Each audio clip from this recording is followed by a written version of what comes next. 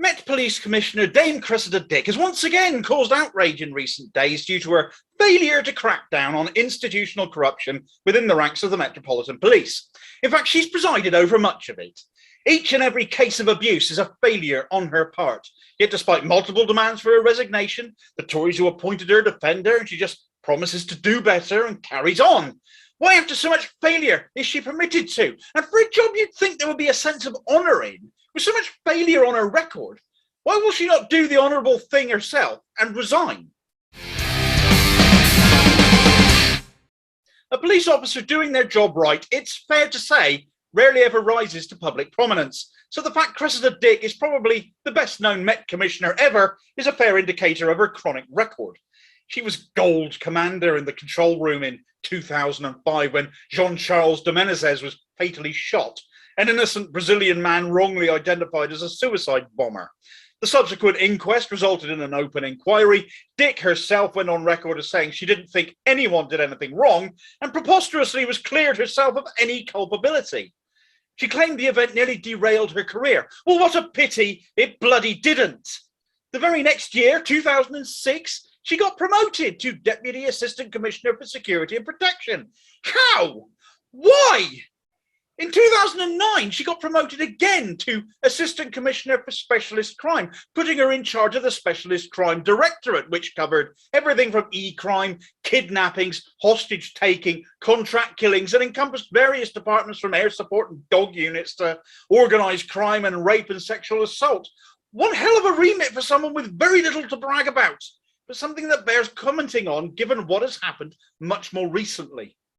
Despite the de Menezes scandal being writ large on her career, just 6 years after those events in 2011, she got appointed Assistant Commissioner of Special Operations, putting her in charge of all things, counter-terrorism operations.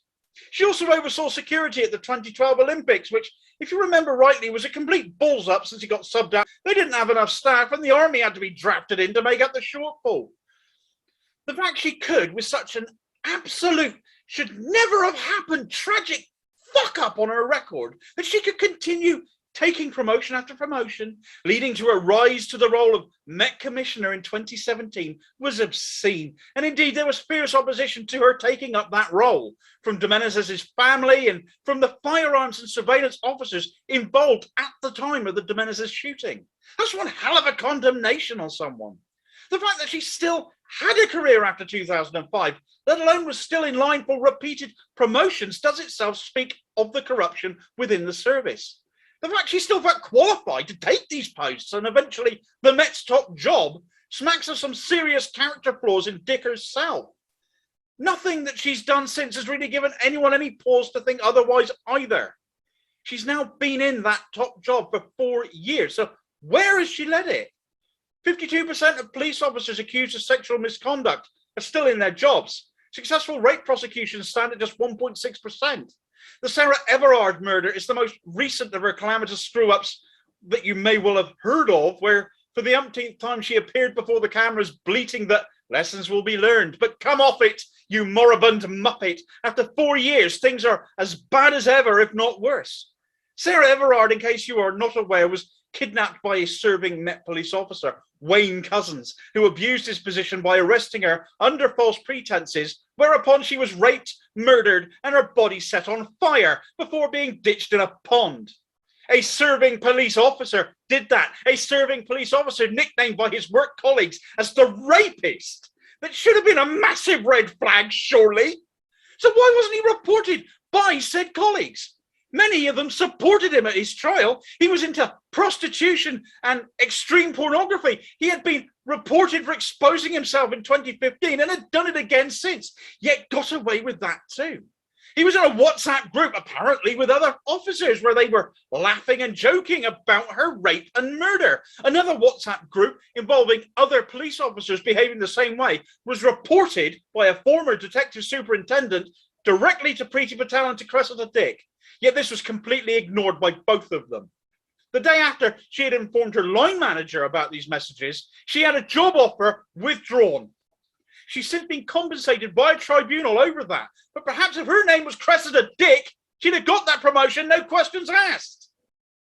We'd already had news of appalling police misconduct previously with regards to the murders of Nicole Smallman and Bibaa Henry, killed by a guy who was apparently being watched by counter-terrorism unit Prevent, their bodies found by their families as the Met Police were completely useless in the search for them. And when they did show up to the scene, they took selfies with the bodies.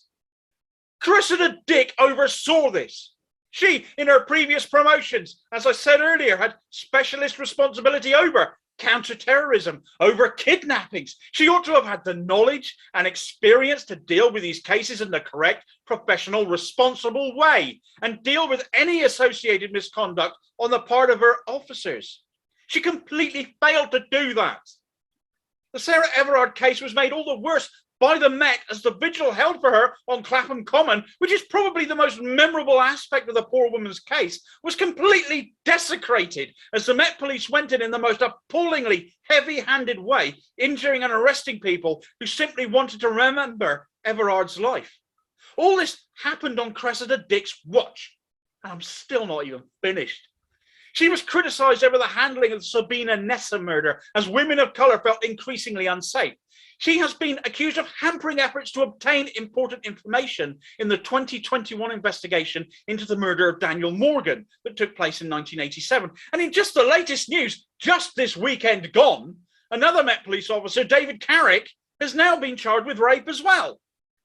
All Cressida Dick says is that she's concerned that lessons must be learned, yet over and over again, she has proven herself incapable of presiding over any meaningful improvement.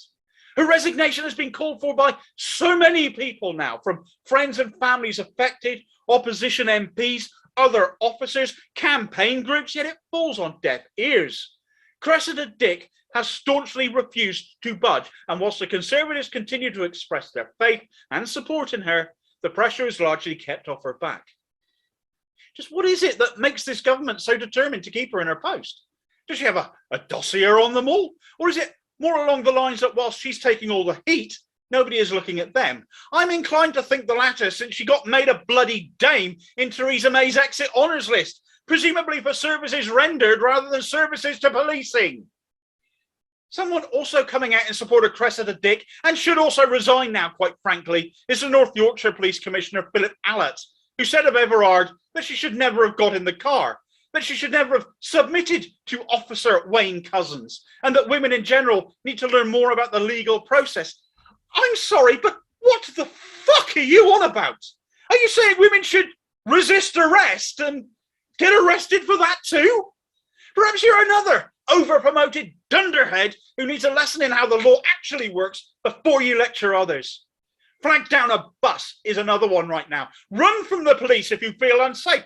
Tell that one to John Charles de Menezes or other people of colour in general, Cressida. Or have you forgotten him now and how he actually ended up getting fatally shot?